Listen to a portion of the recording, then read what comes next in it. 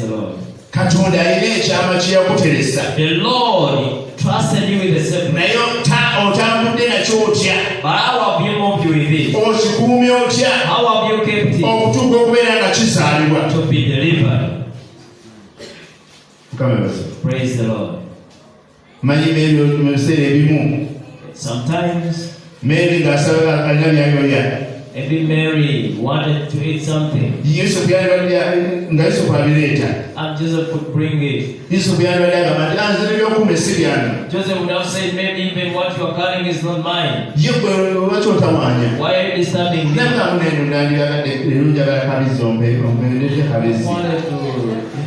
Yusufu n'akaleeta. Joseph could bring it. Nange leero njagala kyennyanja. Yusufu n'aleeta. Yusuf brings it. Leero njagala kulya ku kijanjaalo. I want beans. Yusufu n'akireeta. Joseph could bring it. Yusufu n'aba mugonvu nnyo. So Joseph was obedient. Kubanga waliwo ekyama kye baali bakuuma. Because they were keeping a secret. Naye singa nalinze. But if it was me, nandibadde nziruka businge. I would have taken off. Nandibadde sijja kusobola. Maybe you would have said, I want. Byosaba bingi n'obugabizi siina. You are asking for much. I don't have what to give you. Naye Yusufu yaguma. But Joseph paid. N'anywera. He was n'ayimiriramu omusajja. firm as a man. Mukama yebaze. Praise the Lord.